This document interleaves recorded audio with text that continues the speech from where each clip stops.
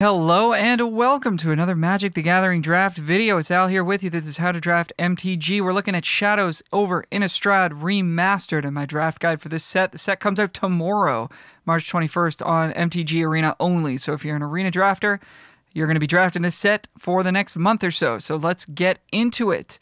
As always, please click like, leave a comment, and subscribe if you like what we're doing here and you want to help the channel. It's a huge help. Really appreciate all the comments and subscribers and all the support. So thank you so much for doing that. And if you haven't yet, please do that for this video. It's completely free and it helps the channel a huge amount. All right, let's get into it. You're opening your pack of Shadows over Innistrad Remastered. The first thing you're looking at is your rare. No jump cuts in this video, by the way. No edits, no time today. So let me know if you like this more casual style of video. Looking at the rares, these are the ones that I think are just slam first picks that you should be taking. Archangel Avacyn, pretty self-explanatory. Bygone Bishop, 3-mana, 2/3 flying, fits in the Spirit deck, kind of just goes in any aggressive deck, is going to generate value for you. It's a pretty good one. Elder Deep Fiend's a little bit more expensive, but I think it's worth building towards. It should end games when it comes down. Emrakul, the Promised End, similarly, you're going to need to build towards this, do a little bit of work, play a Delirium style deck, but as a 9-drop, it's pretty hard to lose the game when you cast this, so I would first pick it and go from there. Geralf's Masterpiece, just a good rate. Obviously, you don't want to have a ton of cards in your hand, and it also comes back for more later on, so I think this is the first pickable card. Gisa and Geralf, 4-mana, 4/4 is already pretty good. Self-Mildew, which is important in blue-black, and then gives you some value. I think that's worth it. Even though it's a multicolored card, I would first pick it. Try it out. Gisela the Broken Blade is just broken. Gold Knight Castigator kind of like looks a little risky with the double damage. But, I mean, a 4-power hasty flyer for 4 mana is pretty gross. And then it doesn't double damage that it's done to your own creatures. So you can still block and do combat sort of normally. It's only if your opponent's getting through and hitting you. And honestly, like a lot of the time, I think in red, this is just going to kill them on the spot. So I think it's worth first picking. Handweir Garrison, good rate, 3-mana, 2/3. Starts making other creatures. You can pick up the land for the meld ability. We'll talk about meld in a little bit. And I think it's worth first picking. Ishkana Graf Widow, kind of like a medium body. 5-mana, 3/5 reach is good, though. Like, it's going to stop a lot of things. But obviously, if you have Delirium, this gets really out of hand. So I think it's worth first picking and trying to build a Delirium deck. Jace, Unraveler of Secrets, just pretty awesome Planeswalker. 5-mana, 5 loyalty, immediately bounce their best thing, and then from there you can hopefully stabilize, and you've got your own personal Howling Mine plus Scry 1. So seems pretty good.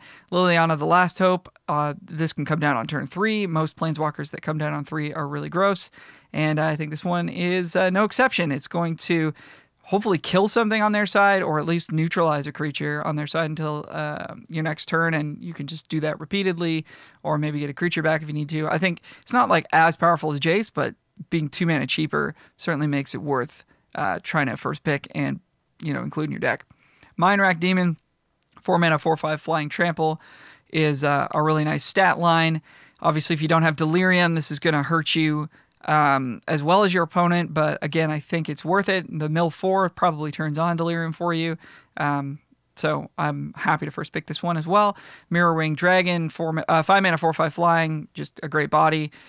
Worth noting that your opponent can use like a combat trick on it and then combat trick all of their creatures, so that is kind of risky because they can untap and maybe kill you, but I think it's still worth it.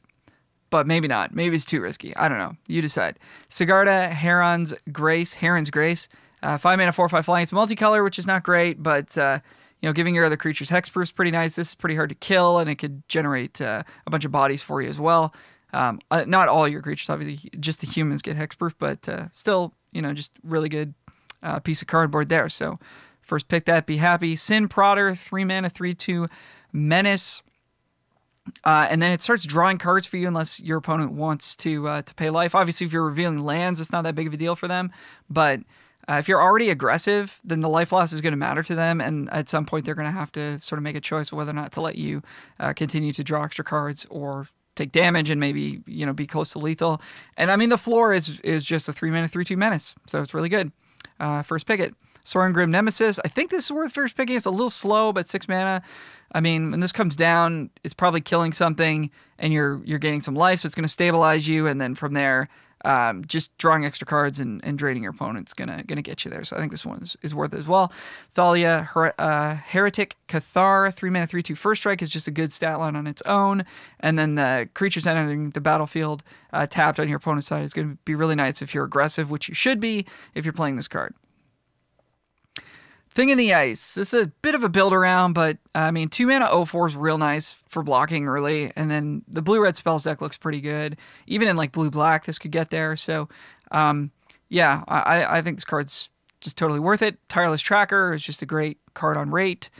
3 mana 3/2 starts giving you clues, then it starts growing. It's just really gross. Uvenwald Hydra is a 6 mana 6/6 reach, which is a nice creature on its own, and yeah, I think it's worthwhile to play. It's going to shut down your opponent's game plan. All right, so past the rares, we're looking for the top uncommons and commons of the set. So these are cards that are flexible or premium removal. They're just going to go in every deck, so try to remember these as we go through the video, that these just fit into pretty much any deck, and you're going to want to take these early.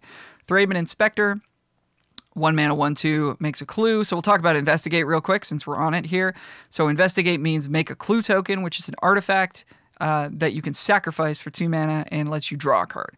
So Thraben Inspector is kind of like a 3 mana creature that draws a card when it comes in, except you get to pay that over installments, and there's a little bit of synergy with clues sometimes.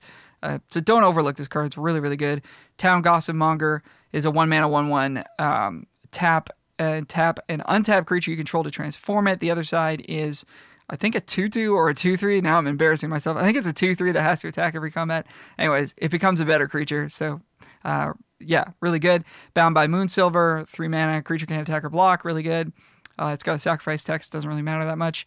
Drogskall Shieldmate. This is kind of an annoying card. 3 mana, 2/3 flash, and it gives your other creatures a toughness boost. So this is really, really nasty on turn 3, especially if you're on the play and your opponent attacks with their 2-drop. You just get to eat it.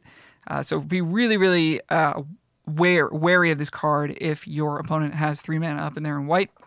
It's going to be a really annoying one. Courageous Outriders, really good value creature, 4 mana 3/4. You get to look at the top 4, put a human into your hand. That's very, very good. Faith Unbroken is quite broken, I think, more aptly put. 4 mana to exile another creature, and it gives a creature of yours +2/+2. Of course, your creature can get removed, and then they get their creature back, but like, you know, turning your 2/2 into a 4/4 and killing their best thing, and it's like, if they don't have removal, they're very dead. And not all removal can deal with like a 4 toughness creature, and some of it, you know, is like a pacifism effect or whatever, so it doesn't actually remove the creature. So anyways, card's very, very good. Drag Under, now we're into blue here. 3 mana, bounce a creature, draw a card. Just really, really good rate. It's a sorcery, but whatever. It's just insane value. Imprisoned by the Moon is like another sort of pacifism effect. Interesting to see this at common in blue. But yeah, it's going to turn a creature into a land so that your opponent goes up a mana, which is a little bit annoying, but if you can sort of play this on a 4 or 5 drop or whatever, it shouldn't matter too much that they're getting that extra mana. You just don't want to be playing this, you know, on their 1 drop or 2 drop, but sometimes you do what you got to do. I still think it's a top pick. Nebelgast Herald is sort of the marquee card, in my opinion, for the Spirits deck. 3 mana, 2/1 flash flying. And then when it or another spirit enters the battlefield under your control, you get to tap an opponent's creature. This sort of just is the straw that stirs the whole drink of the Spirits deck, so I would be happy to take this very early. These are all cards I'm talking about here. You're happy to take picks 1 through 3, by the way, if I didn't make that clear. And beyond, of course. Top for black here, we got Deadweight, single mana enchantment, creature gets -2/-2. This card is like not excellent in other formats, but I think with Delirium, which we'll talk about, well, in just a second here, it's important to be able to get enchantments into your graveyard. Next one is Kindly Stranger, 3 mana 2/3. Delirium, you can pay 3 to transform it. It turns into, I think, a 4/3, and it destroys a creature when it transforms.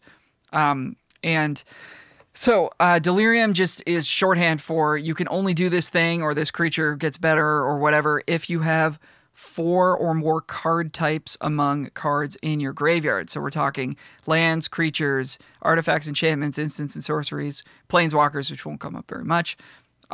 So a card like Deadweight that's going to go to the graveyard as an enchantment a good amount of the time when it just kills a 2 toughness creature is going to count towards your Delirium. And enchantment is like a little bit less common of a card type, right? So, you know, you usually get the first 2 Delirium card types pretty much for free. Like if you're milling yourself, you know, a land is pretty easy to come by. If your creatures are dying, creature's pretty easy, you know, instant or sorcery, whatever. You'll usually have 2 between creature and instant or sorcery, and then the last couple being like enchantment or artifact or land, or, you know, you're going to have to work for those a bit more. So hopefully I made my point clear there. Midnight Scavengers, 5 mana, 3/3, return a 3 or less creature from your graveyard to your hand. Just really good value. Fits with a lot of Black's themes. For red, we've got Galvanic Bombardment, single red, deal 2 to a creature, and then you get to do a little bit more if you have a bunch of these in your graveyard. Insolent Neonate, single red for a 1/1 menace. So it's a good early creature, and then later on when you don't need it anymore, you can sacrifice it, discard a card to draw a card, and, as we'll talk about in a little while, the Madness cards really like this creature as well, so keep that in the back of your mind. Village Messenger, single mana, 1/1 haste, and then transforms into a 2/2 menace, so just a really good aggressive card. More red cards here. Incendiary Flow, 2 mana, deal 3 at sorcery speed, really good. Exiles kind of matters sometimes, but just the rate's really good. Fiery Temper, 1 red, deal 3 to any target. You can hit your opponent's face with this if you want. And it's got Madness, so we'll talk about Madness here. Basically, Madness means if you would discard this card for any reason, you can just cast it instead for its Madness cost. The rules are a little bit more complex than that, but just when you discard this, you can just cast it for its Madness card. So if we're looking at that Insolent Neonate from before, you can sacrifice it, discard Fiery Temper, cast Fiery Temper for 1 red, which is really good, and then also draw a card. So Madness can be really, really, really nice. And of course, you're drawing that card from Insolent Neonate's ability, right? So hopefully that's clear. Stromkirk Occultist, 2 and a red for 3/2 trample. When it deals combat damage to a player, you can play a card off the top of your library. Just really, really good rate. It also synergizes with Madness in the sense that, you know, the saving a mana is not huge, but like, you know, getting to discard a card and instead of losing that card, you get to play it is really powerful. So Occultist, this used to be a rare, so very, very good first pickable card. All right, for green, we've got Gnarlwood Dryad. Just a really, really solid rate here. Single green for a 1/1 Death Touch. And when you have Delirium, it becomes a 3/3, which is really nice. Deathcap Cultivator, 1 and a green for a 2/1 that can tap for black or green, and then gains Death Touch if you have Delirium. So relevant early, relevant late. Duskwatch Recruiter, maybe the best card in the whole set in terms of commons and uncommons. 2 mana, 2/2. Where you can pay 2 and a green, look at the top 3, reveal any creature from among them, put it into your hand, and then the rest in the bottom, and then it transforms into something. I don't even know what. It doesn't matter. The front side's way better than the back side, so you're hoping that it doesn't transform. Hamlet Captain, just an important card for the green-white humans deck that we'll talk about in a little bit. And there's just a lot of humans running around, and it's a 2 mana 2/2 on his floor, which is still fine. So I think you're happy to pick this early. Obsessive Skinner, same deal. It's a 2 mana 2/2 essentially. It's a 2 mana 1/1, but it comes down, puts a creature counter on something. So it could be itself. And then if you get Delirium going, which you don't even necessarily need to, right? If you're just a humans deck, you're happy to 2 mana 2/2 human. But if you get Delirium going, then you're just putting a counter on a creature on every opponent's upkeep, which is kind of an interesting timing there. But anyways, yeah, this thing will just get out of hand pretty quickly. Uvenwold Captive just fits in a lot of decks. 2 mana 1/2, taps for a green, and then later 7 mana. I think it turns into like a 5/7 or something, but something big. So later in the game, it's effective as well. But even just for the front side, you're super happy with it. I'm embarrassing myself here, not knowing exactly what the back sides of these cards do. But that should prove that the front sides are worth it on their own, and that's what makes them good. Okay, Clear Shot's the last one here.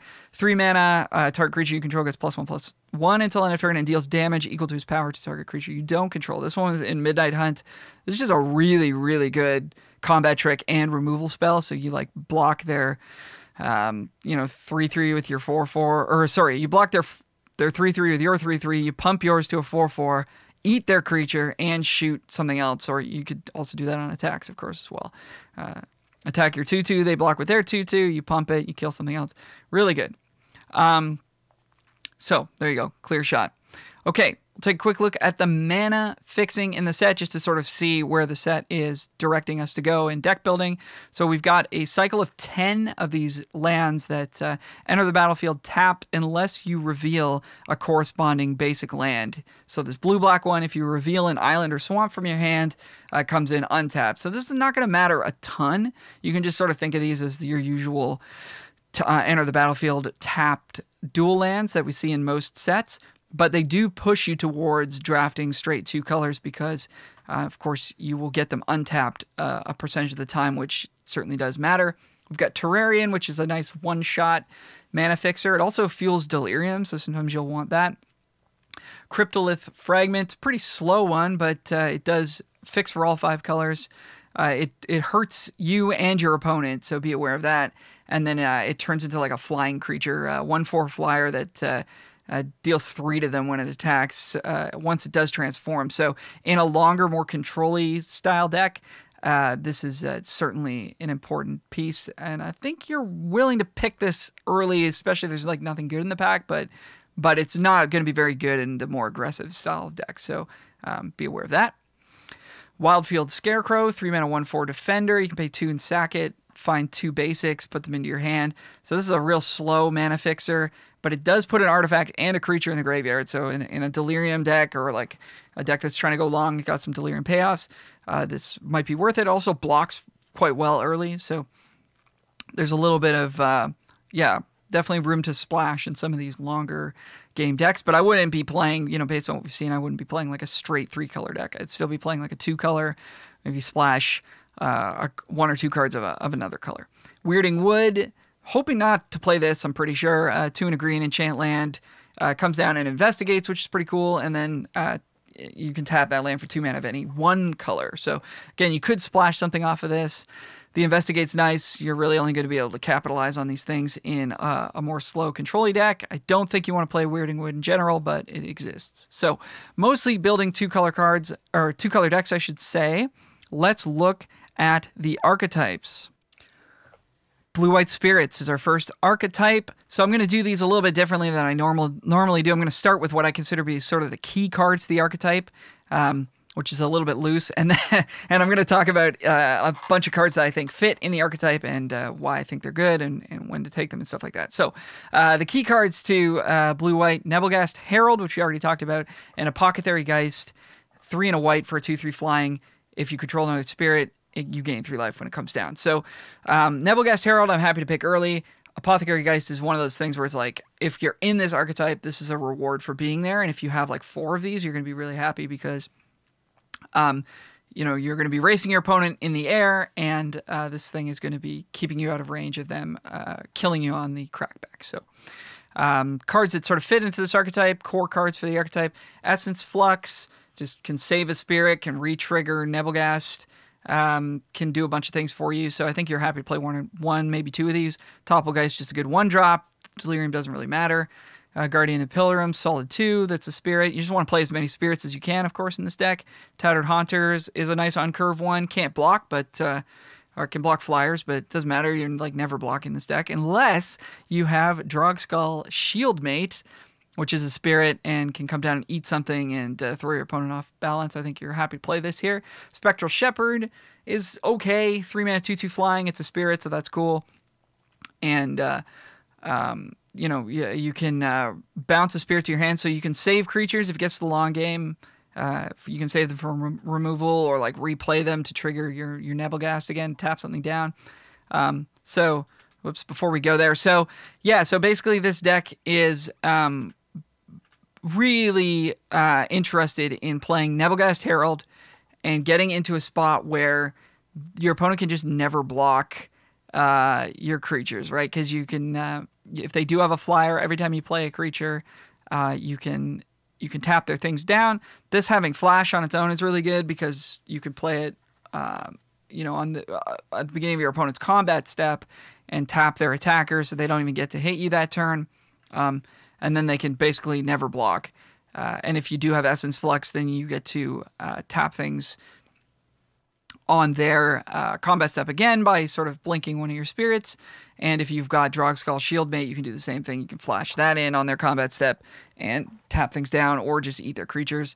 So, yeah, this deck is super interested in just tapping down your opponent's stuff, keeping them off balance, using your removal spells that we talked about at the beginning of the video, and just getting them dead in the air. Okay, talk about white-black next. I'm calling it white-black control. I don't really know, I'll admit. I don't really know what white-black is supposed to be doing in this set. I don't think you're really supposed to draft it, but I'm going to take my best guess here.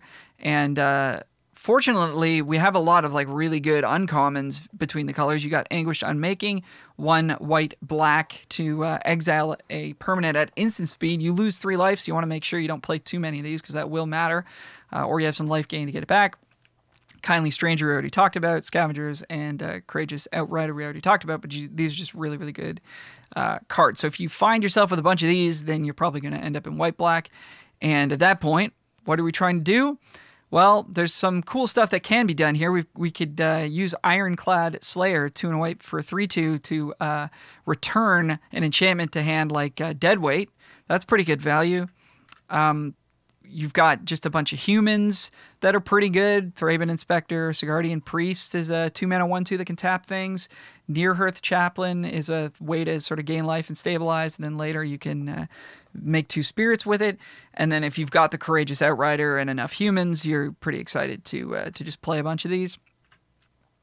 You've also got a bit of a sacrifice theme in white-black, so this deck could make pretty good use out of Angelic Purge if you have tokens floating around or Thraben Inspectors that are no longer relevant. Then you could sacrifice them to Angelic Purge or Merciless Resolve. Angelic Purge is 3 mana. You have to sacrifice something and you exile an artifact, creature, enchantment. Merciless Resolve is 3 mana, 2 and a black. You have to sacrifice a creature or land, and then you draw 2 cards. So yeah, these are 2 ways to sort of make use of random bodies that are lying around. And then Ruthless Disposal is 5 mana. You have to discard a card and sack a creature, but you get to kill 2 things. So if the creature you're sacking doesn't really matter, then that's a 2 for 2. So again, white-black, not great. I don't expect to draft it very much, but those are some things you could do in white-black. White-red aggro is next.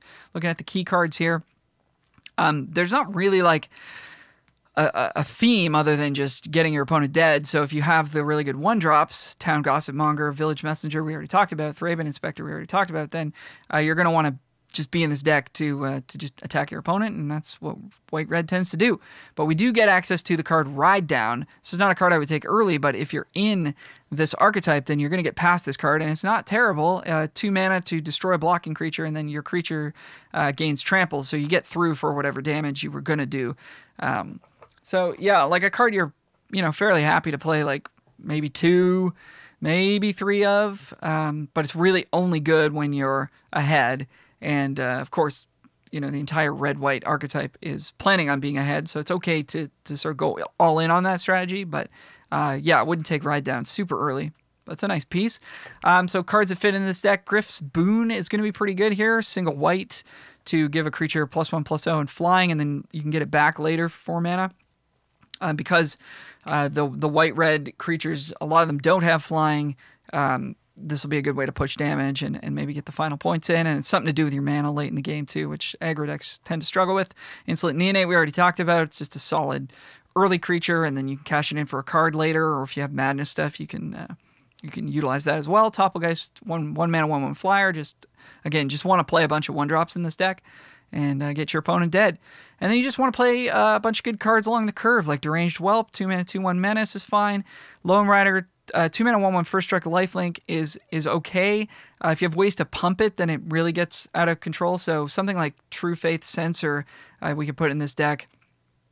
2 mana to give a creature, 2 mana equipment, equip for 2, and the creature gets +1/+1 vigilance. So you only want to play this if you have a lot of humans to target with it, because they'll get an additional +1/+0. So you throw this on the Lone Rider, which is a 2 mana 1/1 First Strike Lifelink. Now it's a 3/2, and it says if you gain 3 or more life this turn, it transforms into I think a 4 mana First Strike Lifelink. Maybe has another ability as well, maybe Trample or something. Can't remember. Anyways, it's embarrassing myself again. It's very powerful if you flip it though. So True Face Censor, really good there. Gyre Reach Bandit, 3 mana, 3/2 haste. That transforms into a 4/3 that can transform your werewolf. So just a good card on curve. Stromkirk Occultist, we already talked about. Good card on curve. Uncaged Fury is a good card for this type of archetype. 3 mana for an instant, gives a creature +1/+1 and double strike. So this can end a lot of games kind of out of nowhere. And you're happy to play in an aggressive deck, so it fits really well here. We've also got, of course, the humans theme we talked about a little bit earlier. If you've got a bunch of humans, then Courageous Outrider works really well. And then if you do have some ways to discard, you can utilize something like Alchemist Greetings, which normally is not really playable, 5 mana to deal 4 to a creature, but if you can madness it out for 1 in a red, then we're really talking. So, yeah, look out for a little bit of a madness sub-theme in your white-red aggro decks. Okay, next is green-white humans. All about the humans. Key cards. Thraben Inspector. Already talked about it. Duskwatch Recruiter. We already talked about. But I'm going to keep shouting it out because it's probably the best card in the set. Hamlet Captain. 2 mana for a 2/2. When it attacks or blocks all other humans you control, get +1/+1 until end of turn. Just really powerful with a lot of humans. Courageous Outrider. Really powerful with a lot of humans.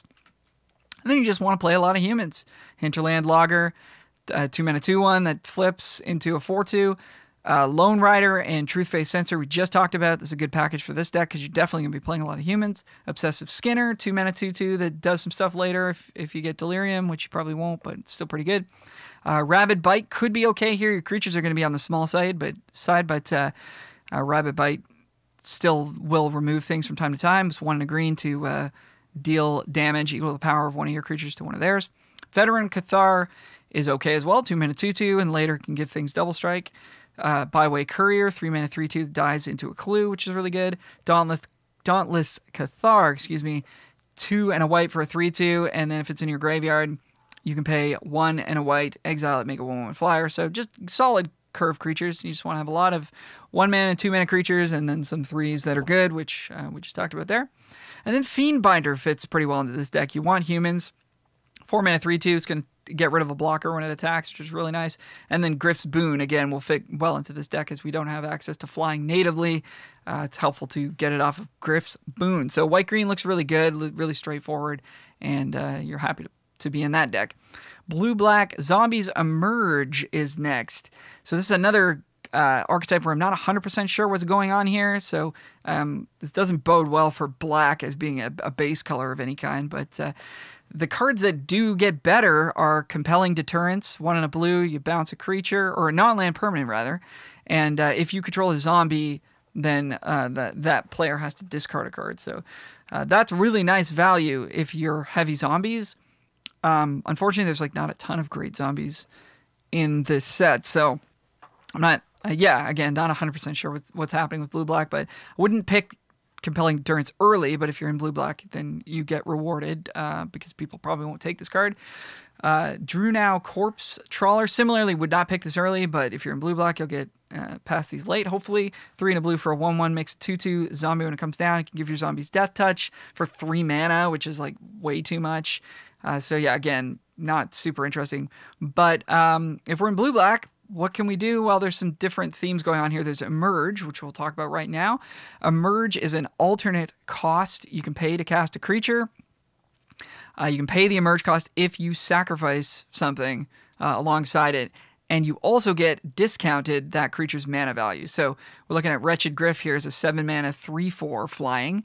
When you cast it, you get to draw a card, which is cool. It's got an Emerge cost of 5 and a blue, so 6 mana. So right off the bat, you're saving a mana. And then if you sacrifice something like Ghoulcaller's Accomplice to it, which costs 2 mana itself, you get a discount of 2. So now you'd be paying 3 and a blue. So 4 mana total for a 3/4 flying that draws you a card. That's a pretty darn good deal.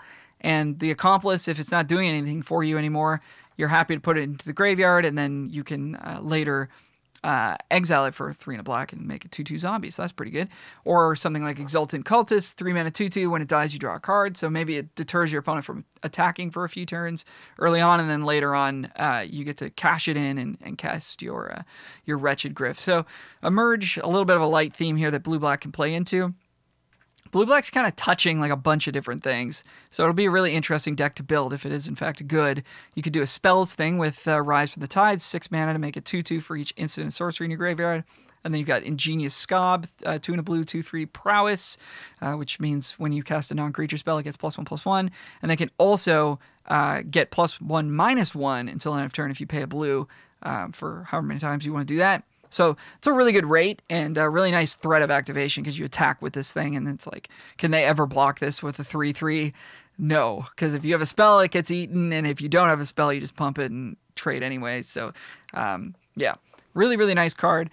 And yeah, if you've got enough sort of blue and black like spells, maybe you got a bunch of black removal spells or something, although there aren't really that many in this set, then you could, yeah. Actually, in fact, I don't think there's any really good like instant or sorcery black removal spells now that I think of it. So I don't know, maybe this won't work, but if you have a bunch of spells, you can rock these cards. Curious Homunculus taps to help you cast spells and then flips into a big creature that makes your spells cheaper. So these are all sort of worthwhile things to potentially do as a package. And then you've got the self-mill kind of Delirium thing going on as well. Again, not heavily supported, but obviously Kindly Stranger is very good. And then you got Crow of Dark Tidings, 3 mana 2/1 flying that can mill you for 2 when it enters or dies. And that'll help get your Delirium going. And then you've got just Dead Weight, which naturally helps get Delirium going and kills things. So a little bit of a package there as well. And then if you're milling yourself, well, you've got some creatures that love to be milled into your graveyard. Haunted Dead, 4 mana 2/2 that makes a 1/1 spirit when it comes into play. But if it's in your graveyard, you can pay 1 and a black and discard 2 cards to put it directly back into play. Similar thing with Advanced Stitchwing, 5 mana 3/4 flying, but for 3 mana and discard 2, it can come back from your graveyard. So if you mill these things or just cast them and they die, then you can get them back, which is pretty cool. And then if you're discarding stuff to these, well, maybe you want to play some Madness cards, like Geese's Bidding, 2 black to make 2/2, 2 black to make 2 2/2 black zombie creature tokens. But if you Madness it only costs 3. So you can see there's be some really nice value here, right? Like paying 2 mana, getting back your Haunted Dead, discarding Geese's Bidding, getting 2 more 2/2s. So now you've got 3 2/2s and a 1/1 flyer for 5 total mana. You had to discard an extra card, but like whatever. So there's definitely some stuff going on here with blue-black. It's just not as defined of an archetype and maybe not as powerful as some of the other ones, but certainly some cool stuff going on. Blue-red is next. Blue-red spells. So this is a very focused archetype, and there's a lot of good payoffs here. So Thermo Alchemist, a card you're happy to take early. Ingenious Scob, we just talked about, is a solid one. Mercurial Geists, not super into taking a multicolor card early, but I think this one, if I saw it like pick 3, certainly beyond pick 3, but even like pick 3, I would maybe move in on it, try to move in on blue-red. This is a 4 mana 1/3 flyer. Whenever you cast an instant or sorcery, it gets +3/+0. So even if you're just casting one spell a turn, this is clocking your opponent quite hard. So really, really good build arounds here. And there's even more. There's Pyrehound, a 4 mana 2/3 trample. Whenever you cast an instant or sorcery, it gets a +1/+1 counter. This card like looks kind of bad, but I've seen cards similar to this, and I think Ikoria had one, and it just really gets out of hand. Like the first spell is like whatever, but you also got threat of activation on attacks and blocks. Like they can't attack into this with a 3/3 if you have mana up, right? Can't block it with a 3/3 if you have mana up. You might cast a spell, make it bigger. And then when you get the second counter on it, it's a 4/5, and that's just huge. So I actually like Pyrehound. I wouldn't take it early, but it's a nice reward for being in this deck. Rise of the Tides, we already talked about. Again, not taking it early, but certainly a powerful effect if you're a bit more controlling and trying to go to the late game with blue-red spells. And then what do you want to put in your deck? Well, of course, a bunch of cheap spells. Galvanic Bombardment, Incendiary Flow, the red removal spells we already talked about. Take Inventory, 1 in a blue, draws a card, and then you draw an extra card for each take inventory in your graveyard. So obviously you can get a bunch of these. They get quite good. And then Tormenting Voice, which we've seen time and time again. 1 in a red for sorcery. You have to discard a card, and then you draw 2 cards. So, you know, that normally isn't that great in a regular deck, but in a spells deck where you're getting some payoffs. Actually, we didn't talk about... My apologies. We didn't talk about Thermo Alchemist here. 1 in a red for an 0/3. You can tap to deal damage to each opponent, and whenever you cast an instant sorcery, you get to untap it. So you use it multiple times in turn. When you're getting to do that, in addition to casting Tormenting Voice, pitching a land or whatever, and finding more spells, then that's really exciting. sorry, the haphazard nature of this video, but timing is not great. The set's coming out tomorrow. Got to get this video out. So there you go. Tormenting Voice, of course, plays well with Madness. And then you've got more cheap spells here. Jace's Scrutiny, which gives creature -4/-0, costs 1 in the blue, and you get to investigate. So that's pretty good value, and certainly can mess up combat for your opponent. And if you're getting spells triggers, then this is totally worth it. And then the other nice thing about this deck is it actually plays quite well with the werewolf mechanic. I guess we haven't really talked about how the werewolves work, so we'll do that now. Not all, but some of the werewolves say that if no spells were cast on the previous turn, they flip. So when you have a lot of instant speed stuff, you're not playing on your own turn. You're going to play those on your opponent's turn. So you can, it's a lot easier to pass with werewolves in play, and then, cast something on your opponent's turn or whatever. So you still get to do something during that turn. You're not wasting your mana, but your werewolves are going to flip. So that's quite nice. The contrary of that is if a lot of people are playing a lot of instant speed stuff, then werewolves are worse because you try to pass without doing anything and your opponent can cast a spell on your end step, and then there was a spell cast in the turn and the werewolf will no longer flip. So two-sided coin there. And then, of course, there is a bit of a madness package here as well. You got Insolent Neonate, which we've already talked about. You've got Lightning Axe, single red to deal 5 to target creature, but as an additional cost, you have to discard or pay an additional 5 mana. So really only playing this card if you can discard something to it. But if you got some madness stuff, then you're happy to do that. Fiery Temper, of course, a great madness card, and Alchemist Greeting, which we already talked about. So there is some stuff going on here with Madness, Tormenting Voice, and Neonate being, and Lightning Axe being the best ways to sort of enable that. Blue-Green is next. Self-Mill and Investigate. So why are we in Blue-Green? Well, Duskwatch Recruiter, again, one of the best cards in the set. Obsessive Skinner, we've already talked about. Great Delirium Payoff, and just a solid card on its own. But also something like Ongoing Investigation, which I would not necessarily take early, but you should get it later because it's really only good if you're in blue-green, in my opinion. This is 1 in a blue for an enchantment. Whenever 1 or more creatures you control deal combat damage to a player, you can investigate. So that would be okay in blue-white, I guess, but it doesn't affect the board. It's not a spirit, so I don't think the deck really wants it. But here's the real kicker, is you can pay 1 in a green, exile a creature card from your graveyard to investigate, so make a clue, which you can sack for 2 mana to draw a card, and gain 2 life.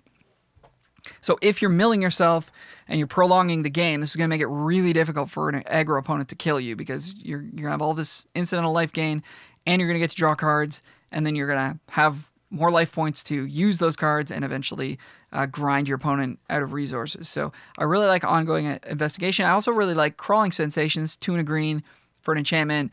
At the beginning of your upkeep, you mill 2 cards. You don't have to. You may mill 2 cards. And then whenever a land card is put in your graveyard for the first time each turn, you get a 1/1 insect. So this is a little slow to get going, but every time you hit a land, you're going to get a 1/1, which will help to stabilize you. And then, of course, it's fueling your graveyard for free. So you're going to have Delirium quite easily. You're going to dump a bunch of creatures in there for Ongoing Investigation. So I think there's a lot of synergy here. And Crawling Sensation, again, I would take it a little bit later, but really, really good in blue-green. And also green-black, which we'll talk about in a bit. And then there's the Investigate side of things. So we've got Ongoing Investigation providing a bunch of clues for us.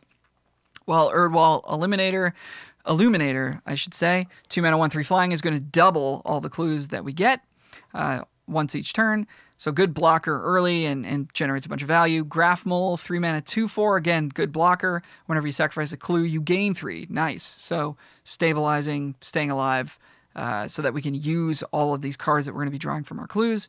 Uvenwald Mysteries, 2 in a green enchantment. Whenever a non-token creature you control dies, you get a clue.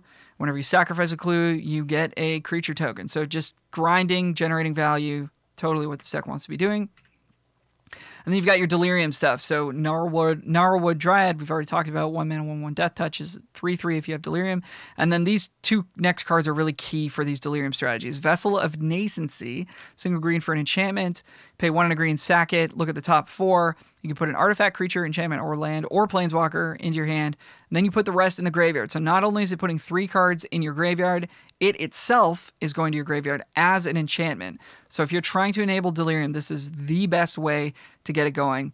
and it gives a little selection for you as well. A little bit slow, but I mean, this is essentially 3 mana. Put the best card in your hand of the top 4 and like turn on Delirium, essentially is what this does. So really good, and be on the lookout for this if you're trying to do Delirium. Grapple with the past. Similarly here, 2 mana instant, mill 3, then you can get it back a creature or land. So this will help you hit land drops in the early game, which is really nice.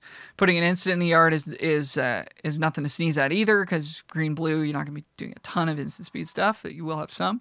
But yeah, and then, of course, it puts 2 additional cards in the yard for you as well. So these 2 cards are really key for hitting Delirium. And we've just got some good stuff here. Ulvenwald Captive, 2 mana, 1/2, taps for mana. Gets big in the late game, so once you've prolonged the game, you're starting to grind your opponent out, you transform this, then you really start going to town.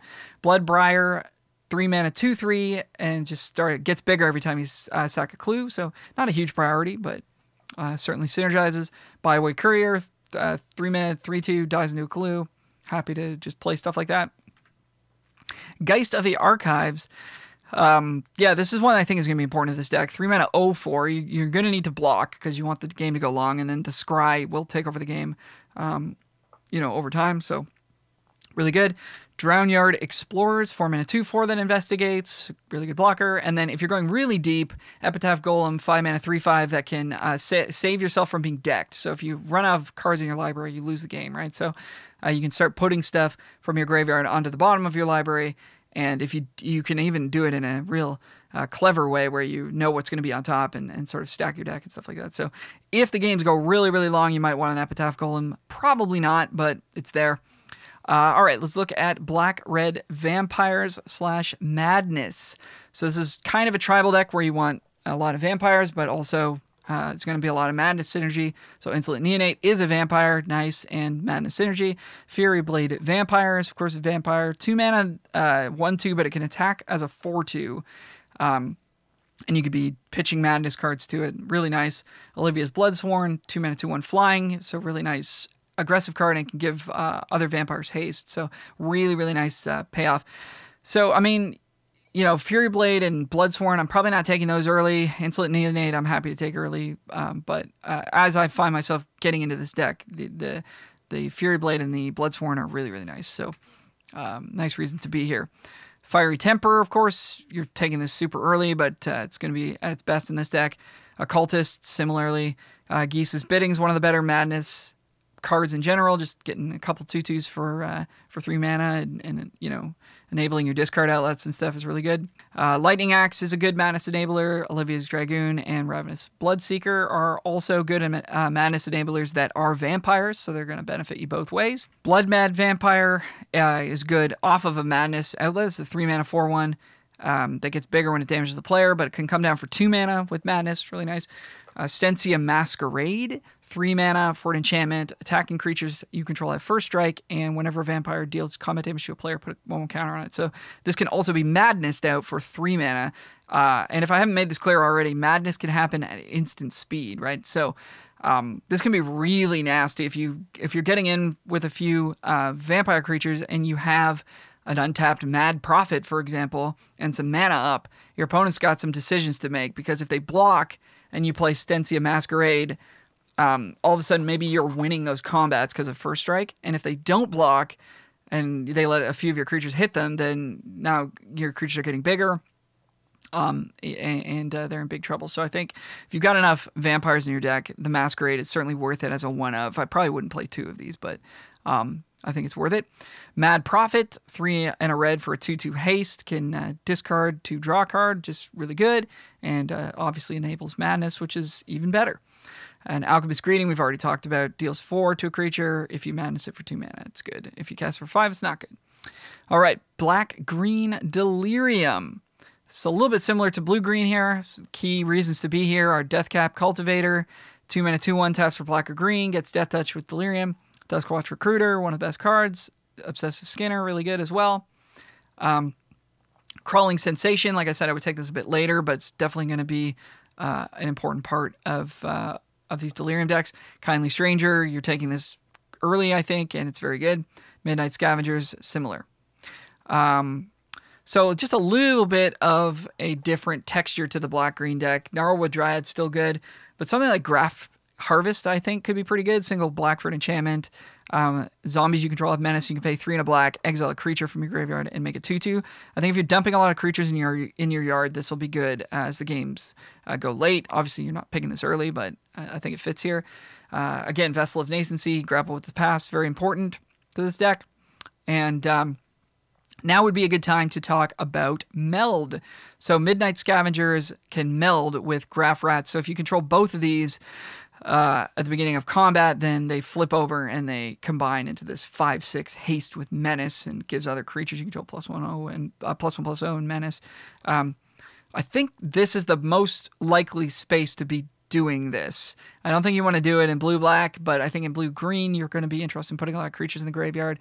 So you can get away with just playing like 1 Graph Rats or maybe 2 if you really need 2 drops. And you'll have a good chance to end up with one of these in your graveyard at some point by milling yourself or by combat, and then Midnight Scavengers can go get it, and then you can do the thing. So this is probably the most likely place where this will occur. Overwhelm Captive is good here, of course. Crow of Dark Tidings to mill yourself. Liliana's Elite, I think this fits well here. I think if you're milling enough, this should be like a 3-mana 4/4 or bigger. So you're happy to like play 2 of these, I think. Haunted Dead, we've already talked about. Happy to play this on curve or just mill over it and then bring it back later. Pack Guardian is pretty good here as well. 4-mana 4/3 flash. When it enters the battlefield, you can discard a land card to make it 2/2. So just like a good rate creature. And then Thornhide Wolves, 5-mana 4/5. It's just a big boy.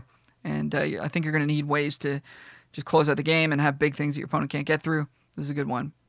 All right, and last archetype here, red-green werewolves. Key reasons to be here, well, Duskwatch Recruiter, of course. Gyre Reach Bandit, just a good rate werewolf that you're happy to play. The real kicker here that I think is going to be good, if this deck is good, I think Neglected Heirloom will be good. This is single mana for equipment.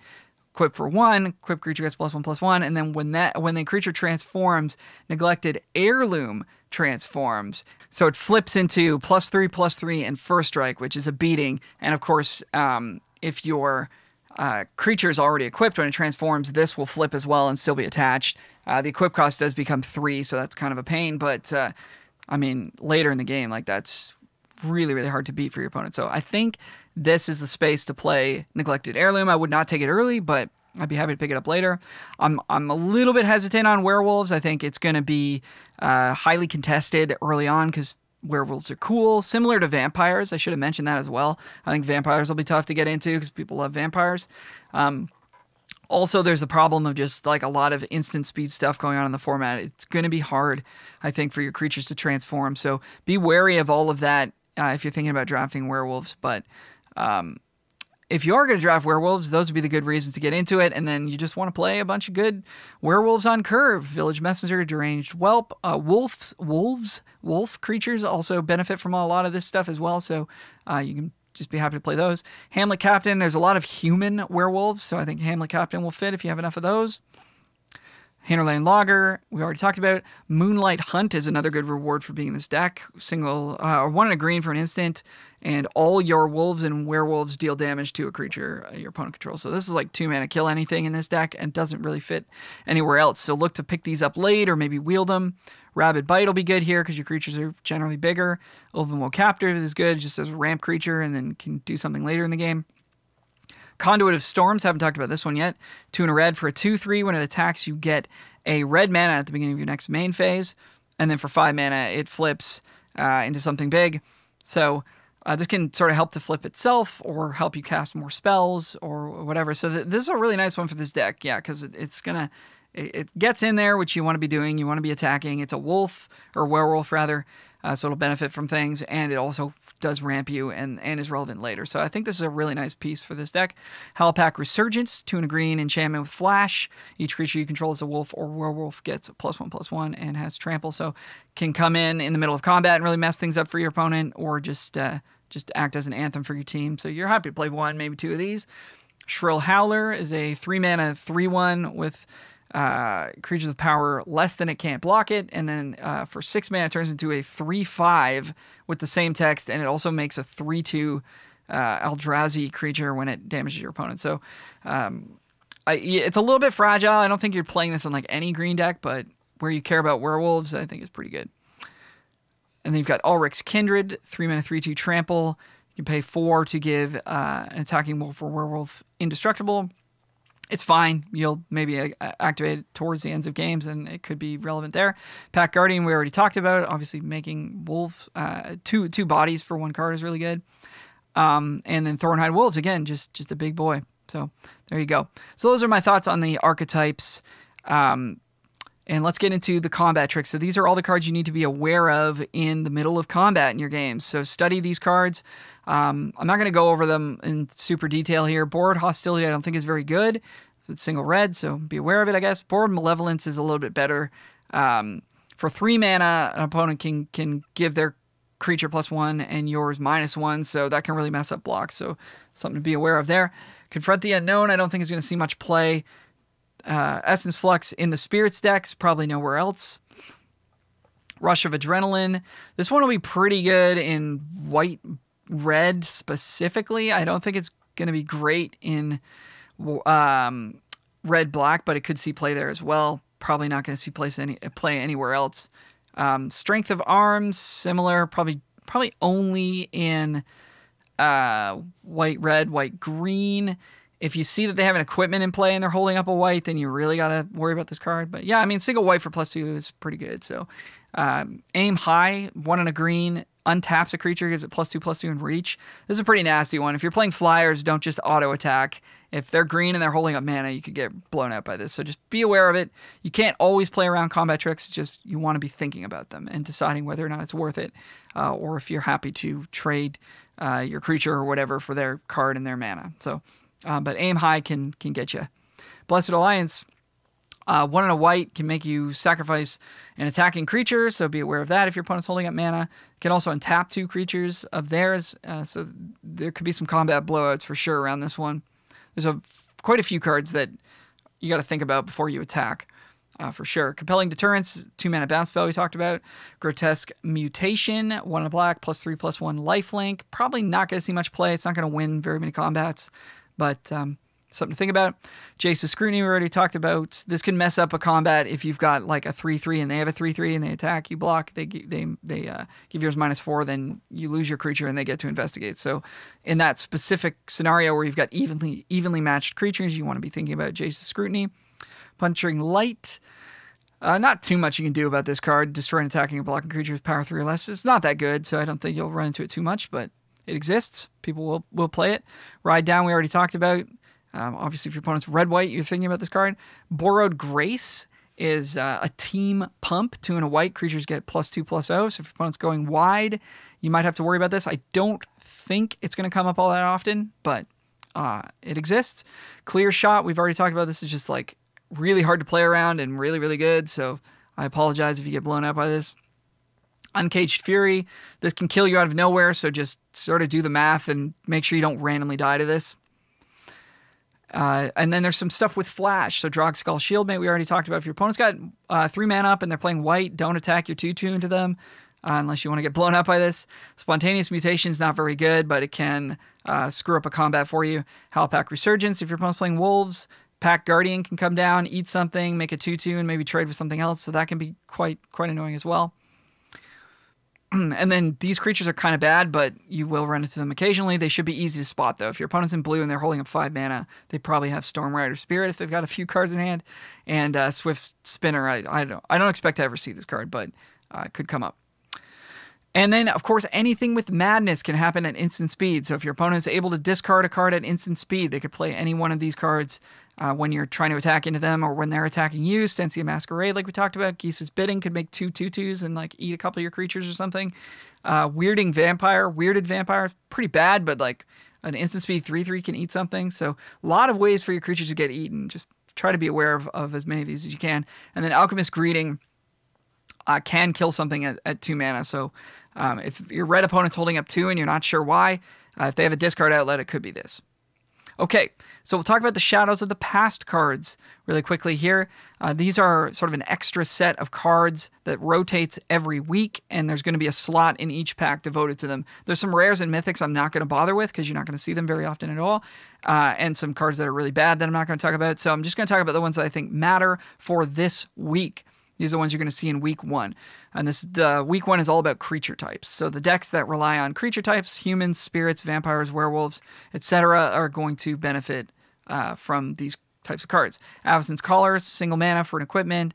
Equipped creature has +1/+0 vigilance. And if it's a human, when it dies, you get a 1/1 spirit, which then could pick this thing up and start attacking for 2 in the air. So I think in the humans deck, you're happy to play like one of these, equipped for 2, by the way.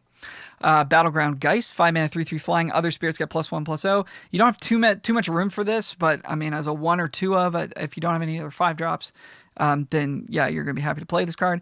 Diregraph Captain will actually like make blue-black playable in the first week of the of the set, and then we'll see from there. This is a 3 mana 2/2 with Death Touch. Other zombies get +1/+1, and whenever another zombie you control dies, target opponent loses 1 life. So if you can get a couple of these, you can just go sort of all out zombies, and that should be pretty tough on your opponent. Droxcall Captain is a really nice one for the blue-white deck. So if people are trying to fight over werewolves and vampires because they look cool, I think spirits could be real nasty in the first week. This is 1 white-blue for a 2/2 flying. Other spirits have +1/+1 and hexproof. If you have 2 of these, then they give each other hexproof, and then your opponent's never winning. Immerwolf, 1 red-green for 2/2 intimidate. Creature can't be blocked except by artifact creatures and or creatures that share a color with it. Kind of a old school ability. Other wolf and werewolf creatures you control get +1/+1, and non-human werewolves you control can't transform. So that means that if your werewolves have flipped and somebody casts 2 spells, which would flip them back, then that doesn't happen. Stromkirk Captain, 1 black-red for a 2/2 first strike. Other vampires get +1 and have first strike. First strike is a really good ability, and you're really happy to just load up on vampires and play 1 or 2 of these, and you'll win a lot of games doing that. And then Vampiric Fury, maybe a bit of a sleeper here. 1 and a red. Vampires you control get +2/+0 and gain first strike. So this is like, if you get through with like 3 creatures, this could just kill your opponent. Or if your opponent blocks your team, they're going to lose all of their creatures. So like this is one that I would be eyeing up to wheel maybe out of your first couple of packs. See it on the way back around. If you end up in black-red, you'll be like really happy to pick up a couple of these for sure. All right. So that's sort of my overview of the set. Just my basic sort of draft strategy. Picks 1 through 3, we're taking the best cards, which we talked about at the beginning of the video. Just try to stay monocolor if you can. Try not to take gold cards early, multicolor cards. Picks 4 through 8, keep taking the best card and start to read signals. So this means you're sort of starting to think about what is being passed to you. So if you're seeing like a, I don't know, red, white, gold card, pick 4 through 8, then you might start thinking, okay, maybe red, white's open. Maybe I should move in. And then picks 9 through 14 is what's known as the wheel. So these are the cards that nobody wanted the first time around. If you're seeing a bunch of playable cards of a certain color here, you may just want to jump ship and move in because you can be reasonably sure that nobody else at the table is drafting that color. So really important. End of pack 1, trying to identify our main color. And we're trying to stay as close to one color as we can, if we can. But I mean, a lot of times you'll just end up 2 colors, and that's the way it goes. Packs 2 and 3, we're going to continue to take powerful cards of our main color where we can, and then let the good cards we open or get past determine our secondary color and final archetype. And then in packs 2, we want to ignore the signals.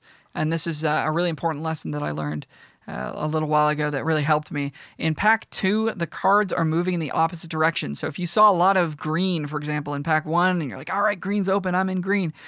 In pack 2, you may not see as much because the pack's going the other way. So if there's another green drafter, you're just going to sort of see the opposite of what you saw in the first place. So that's okay. Just sort of remember that it was open in pack 1. It'll get passed to you again in pack 3 most of the time. So stay on point. Don't be like, oh no, I'm not seeing any green, I got to change. Like, no, just pick up a secondary color in pack 2. The green will come back in pack 3. All right, finally some deck Building tips, play 2 colors like we talked about earlier. This set is really going to reward that. Play 17 lands. An aggro deck or a spells deck with a low curve can play as few as 16. Blue-red spells, if you get really, really low curve, you could maybe go 15. But also with something like Tormenting Voice, which is the 2 mana discard a card, draw 2, you can actually play more lands because you'll be happy to hit your land drops early, and then later you have ways to get rid of them. So worth noting there. And then just in general, play a low curve. This has been true and limited for a long time. This set may look a little bit slower, but you're going to get run over by aggro decks if you don't do this. 6 or more 2-drops, around 4 3-drops, some amount of 4-drops, few 5 or more drops, unless your deck is set up to play the long game. Even still, you still don't want to play too many. You want to play a couple of like 6s or whatever, or 7s, or if you have an Emrakul or something, but you don't want a ton of these things because you need to get on board early and play defense. And part of those 6 2-drops that I mentioned could also be 1-mana creatures as well. But you're happy to play like 2 3 1-drops and still 6 2-drops. Like, play a low curve. Play a low curve. Okay. Thank you so much for watching. I hope you enjoyed the more casual nature of this video. Again, I do apologize for some of the roughness of it, but there's just no time. The sets come out too fast, and there's no time to do proper edits. So thank you so much. Please click like and comment and subscribe if you can. It helps the channel a huge amount. And if you'd like to reach out to me directly, howtodraftmtg@gmail.com. I do offer coaching, or if you just want to say hello, I appreciate it very much. Thank you. As always, we'll talk to you next time. Bye for now.